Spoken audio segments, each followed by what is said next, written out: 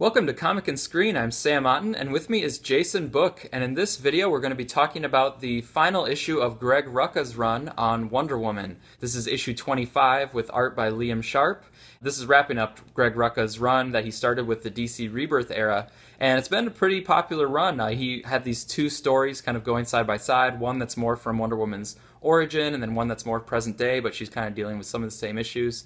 And now they've kind of come together, and this is his issue to just kind of wrap some things up and leave Wonder Woman off for the next team. So, Jason, what were your reactions to this one, starting off with Wonder Woman coming in and having a little fight with the Trinity, a little bit out of sorts, and then by the end we leave her in kind of a new status quo that the next team will take her up with? I like the way it started. First of all, I like the art from Liam Sharp. It's really cool. It kind of riffs on like the costume from the movie, but doing its own thing with it. And I like seeing Batman and Superman in there and members of the Justice League. And I like when they kind of reiterate that, like, these characters aren't buddy-buddy, but they know each other. They're friends, they're acquaintances, and they can tell when something's off with the character. So I like that. It kind of had some authenticity to it. And I like when you can have characters of the Justice League not just having a big fight or a big fighting a big bad guy, just kind of having some depth to their character. So I like that. And overall, I thought the issue was okay, but I thought for an issue 25, kind of could have done a little bit more to kind of make it feel a little more special. But it was an okay issue, though. Yeah, I agree with you. It was nice seeing those interactions. Like you said, the Trinity not just fighting, they're actually, the main drama is them being concerned about Diana and wondering, if she's okay.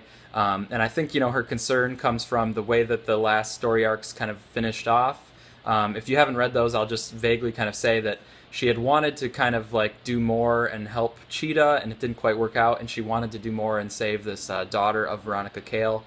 And it kind of worked out, but not to the full extent that they were hoping for. So I think Diana is bummed about some of those things, and finding out various other things from the previous story arcs. But yeah, it's nice to see the concern of Bruce and Clark for their colleague. So that was nice. And eventually she has to go and kind of figure some things out for herself. And Steve Trevor is also worried about her, and that's kind of the other thing that's going on here is Steve Trevor is trying to set up a new home, literally, for Diana to kind of feel at home and have a place where she can settle down, in man's world, but here with Steve.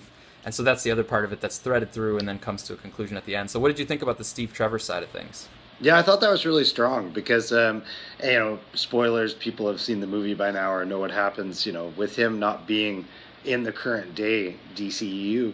It's really, great that they have that, aspect of the character and they can, kind of go with that relationship. And as we saw at the end of the issue, Wonder Woman's not exactly like a risque book, but they're not afraid to take it to the level of these people are really crazy about each other. And they do what people do. It's not always a book just for kids, and I like that. It's what real life is, and I really like that the characters have these interactions together. It makes it feel quite real. And in the comic here, and then also like in the movie, Diana is pretty assertive about her sexuality, and so I think that's good. At least it's kind of empowering. But yeah, I think too, with Steve Trevor, throughout this story from Greg Rucka, Steve Trevor has been in a lot of the fight and the danger with Diana. But here it's also showing that he can also kind of be her respite, her place to kind of come and feel safe and get away from all the danger and the fighting sometimes. And I thought that was a nice effort from Steve. They talked about, that they're not necessarily the greatest at romance, but he's giving this effort to try to make a nice homecoming for her. So that was a memorable part of it. And if people are coming from the movie and are now interested in the relationship between Diana and Steve, it's kind of nice to have a scene like this where there does seem to be real affection and a deep connection there. Yeah, that's a really cool point that you made too there about having kind of a place away from all the craziness of being a superhero, because, Superman has that with Lois Lane, and she has that with Steve Trevor, and maybe has me rethinking this Batman Catwoman thing. Maybe it's not such a bad idea for characters to have these kind of other sides to their characters. So yeah, I thought those scenes were quite good. So Greg Rucka wrapping things up. It's been a pretty successful run. I've enjoyed it. It hasn't been like my favorite book out of Rebirth, but I've enjoyed it all the way along. And now passing it off to a new team, Shea Fontana, who people might know from DC Superhero Girls. I have kids, and they really enjoy the graphic novels and the cartoons and stuff from DC Superhero Girls, so Fontana's had a lot of success there. but now she's coming up to the Wonder Woman title, one of the flagship titles for DC Comics, and art will be by Mirka Andolfo from Bombshells, that people might know the art there.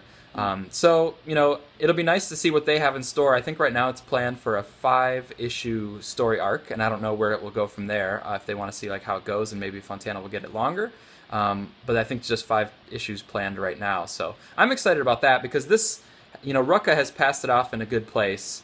Diana got her lasso back, and then she has her relationship with Steve, and she's basically ready to go on any sort of adventure. It could go in any direction. So I think Fontana has pretty much the wide open span in front of her. Yeah, that sounds good. I'm not familiar with the work, but I like that. They're focusing sometimes on getting some female voices for the book, which is really cool. After you've seen a good female director do a good job with the movie as well, so that should be cool. And I think a lot of the reason maybe we weren't blown away by this is that Greg Rucka's already had like his killer run on Wonder Woman, so it's kind of hard to live up to that. Yeah. That's true. I was just reading an issue back from his earlier stuff that was in the Wonder Woman 75 collection. Oh, yeah. So this stuff is good, but yeah, he's had the other stuff before, and he's always maybe kind of competing with himself or something rather than just trying to go out there and tell a new story. But totally, yeah. Yeah, so I hope that the book gets a lot of success, and issue 26 might be a great place for new fans to jump on who are maybe coming over or just who are newly excited because of the movie. So issue 26 would be a good starting point.